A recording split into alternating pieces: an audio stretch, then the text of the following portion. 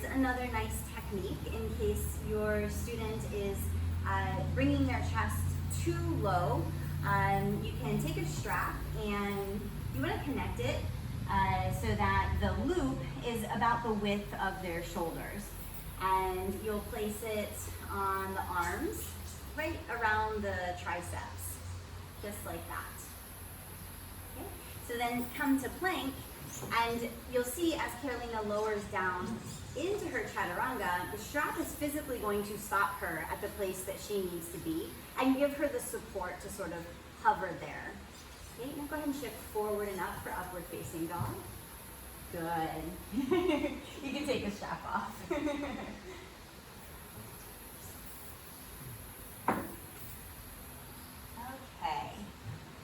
So in upward facing dog then, we want to be sure that the heels are pointing up. So there's going to be a tendency for the legs to internally rotate and the heels to sort of splay out to the side.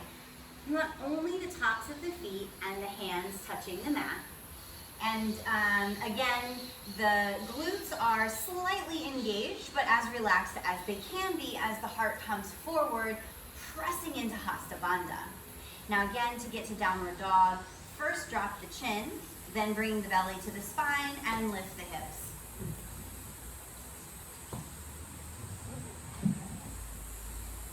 All right, so let's build downward dog from the ground up. We'll start with the hands. So we want the hands to be shoulder width apart or at the carrying angle. And so this goes the same for plank.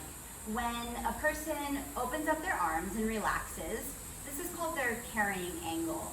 So for some people, they have a carrying angle that's much wider. You want to be aware of that whenever you're doing plank or downward dog or any kind of arm balance. Okay?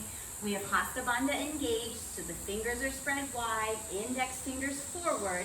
You have that nice lift in the center of the palm. And what I like to tell my students is imagine a line of energy going from the center of the palm up through the arms. And when it gets to the shoulders, it's going to wrap, it's going to broaden the shoulder blades. You want to imagine wrapping the armpits towards each other beneath the chest here. Okay, the head, the shoulders are relaxed away from the ears and broadening at the same time.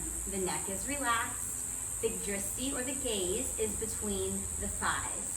So continue feeling that line of energy as it broadens the shoulders up through the center of the spine, lifting the hips. Okay, now building from the ground back here, we want our feet to be hips width apart. Be sure that they're parallel and that both of the knees are also pointing forward. So there can be, especially if in mountain pose or in samasthiti, there's a tendency for the knees to buckle in or out. Same thing's going to happen here, so you want to keep an eye out for that. Now, to modify downward facing dog, so let's imagine that Carolina has a tight low back, tight hamstrings, tight hips. First of all, you'll want to shorten the stance. So bring the hands closer to the feet. Good. And even if then there's still quite a bit of rounding, then I'll ask her to just bend her knees. And then we'll have this nice straight line from the center of the palms all the way up through the center of the hips. Now, as the hamstrings, the hips, and the low back start to open, then she'll be able to move her feet farther away, and the heels still may be lifted. So she may still need to have a bend in her knee. And then as the heels start to reach the mat, you'll continue to lengthen, lengthen, lengthen, until ultimately the distance between hands and feet is equivalent as it would be in plank, just shifting straight back. So if she was in a modification, I would not adjust her, but I'm going to show you the adjustment since she is in the full variation of the pose. So for the adjustment, I'm going to get myself very, very sturdy in a warrior one position. My foot is up here underneath her head. Okay, I've already checked her alignment. I'm stable. I want my shoulders to be in line with or lower than her hips. My hands come to her low back, fingertips pointing out to the side, and I'm going to push from here lengthening her spine.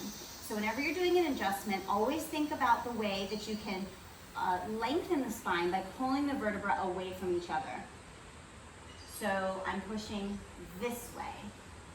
And when I place my hands on her, I'm going to very gently bring the adjustment in, come to the full expression, let her take a breath or two, and then slowly release. So that's the adjustment that I use most often. There is another one, but it can feel a little bit personal. So it's up to you if you want to use it. The other one is coming from behind, and again, taking your foot underneath and finding a warrior one stance. And you're going to take hold of the hip bones here. And you're just pulling straight, again, along the line of the spine. You're lengthening the spine here. And then slowly release.